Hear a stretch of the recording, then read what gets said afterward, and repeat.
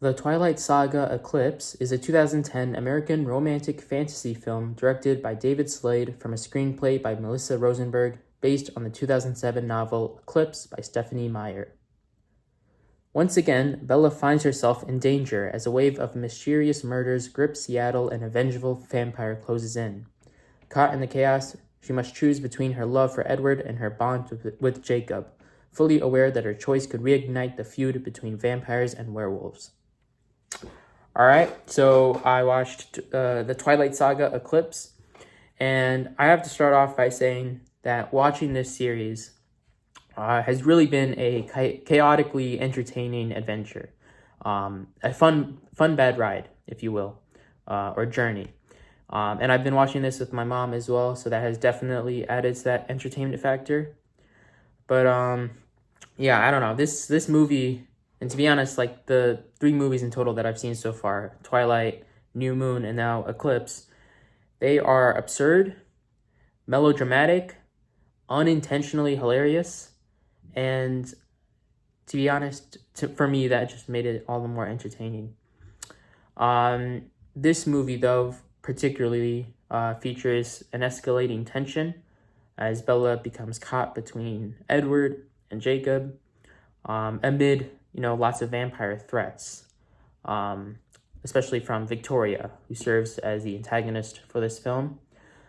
We see an alliance also being made or created in order to protect Bella. But one thing I will say, and this has something to do with the Cullen family, because we get to see aspects of each clan now, and as Bella sort of grapples with who to choose, ultimately, obviously, she chooses Edward. I'll get into that later. But for the Cullen family, you get to see a lot more backstory from each of the characters, or at least from the siblings.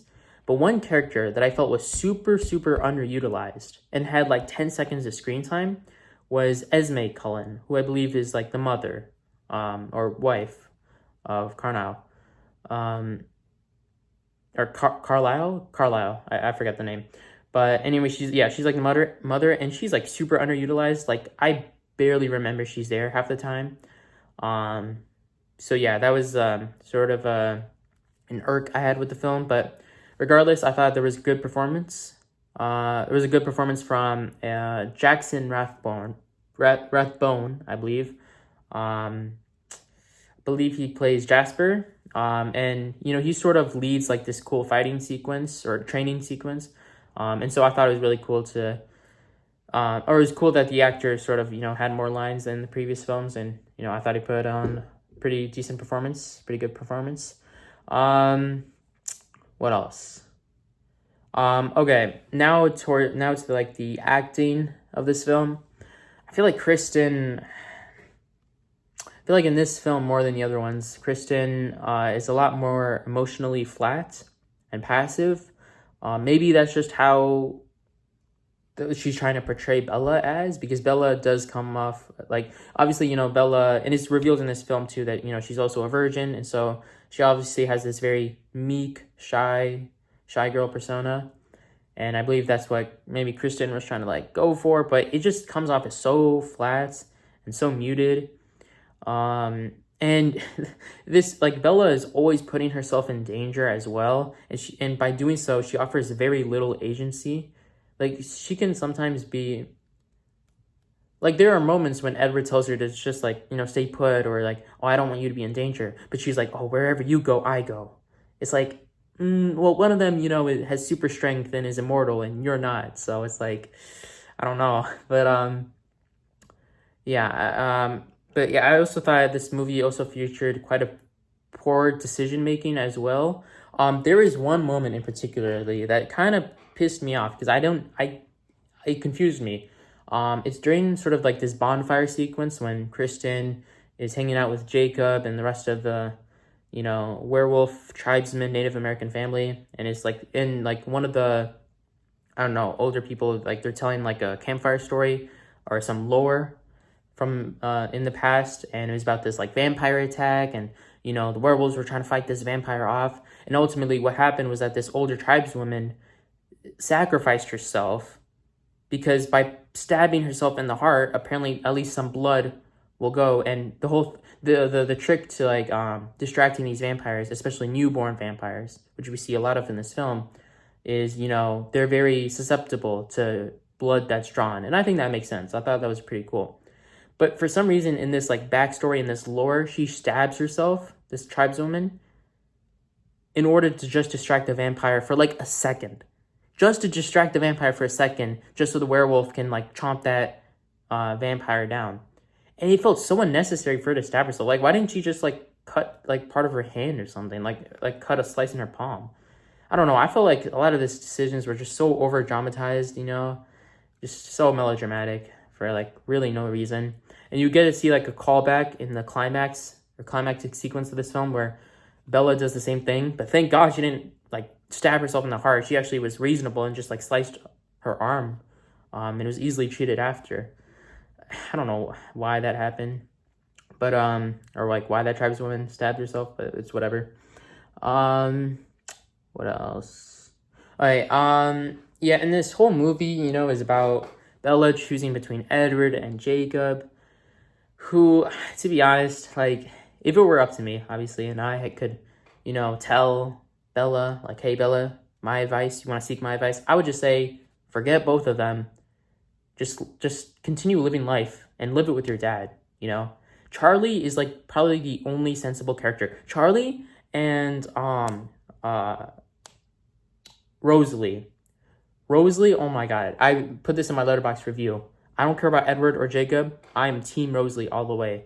Like many of the other siblings, like I mentioned before, we have a good performance from Jackson Rathbone, but we also have a really nice performance from Nikki Reed as Rosalie, and she gives this backstory, and it's a pretty traumatic backstory as well, and it makes you really sympathize with her, especially her feelings, because she never really chose the vampire lifestyle, and so I really, really sympathize with her. And even she doesn't want Bella to be a vampire. And it's like, oh my God, finally, someone with common sense, who's actually also playing for that team, saying, hey, don't come on our team. It's not actually that cool as you think. You're like robbing yourself of a humane lifestyle. And so, yeah, I mean, the fact that you have to choose between Edward, who is possessive and brooding, and Jacob, who, by the way, becomes increasingly aggressive and unlikable throughout the rest of this film. I'm not going to lie. Towards the beginning of this movie, me and my mom were like Team Jacob, because Edward to me just seems very possessive and like, I don't know, it didn't really seem, it seems like, even though he didn't want Kristen to marry him and he was trying to like shoo her away, he still ends up doing so anyways. It's just not like he was really helping the case. But Jacob, it seemed like he was trying to protect her. But then all of a sudden, the dialogue just makes him seem like such a dickhead, Excuse my language, but like an actual a-hole. And honestly, props to Taylor Lautner for really pulling that a-hole off, because god damn, they really make him unlikable. And they make him to the point where it's like, well, obviously we know who Kristen's going to choose. There are multiple instances where she says she prefers Edward. So it doesn't really become like a, oh, who's your soulmate going to be? It's like, it's pretty obvious within like less than half the film. But yeah, I will say though, the love triangle is kind of spicy. There's some moments where, I don't know, it's just like hilariously uncomfortable moments when like Jacob, for example, I mentioned before, he becomes like sort of aggressive. He does not know how to take rejection. Like he doesn't know how to back down and like take a no. And so he's still like fighting for her love. And it's the most saddest and hilarious aspect of this film, to be honest. Yeah, and I don't know. And then also, like, the age difference between Edward and Bella is also sort of, like, absurd and uncomfortable, because, like, there are some, like, sexual moments between them, especially when, Bella wants, like, there's a moment during their honeymoon phase or whatever where Bella wants Edward to have sex with her. But that's very awkward because even Edward doesn't want to do that, because, he's, like, 110 years old and she's, like, 18.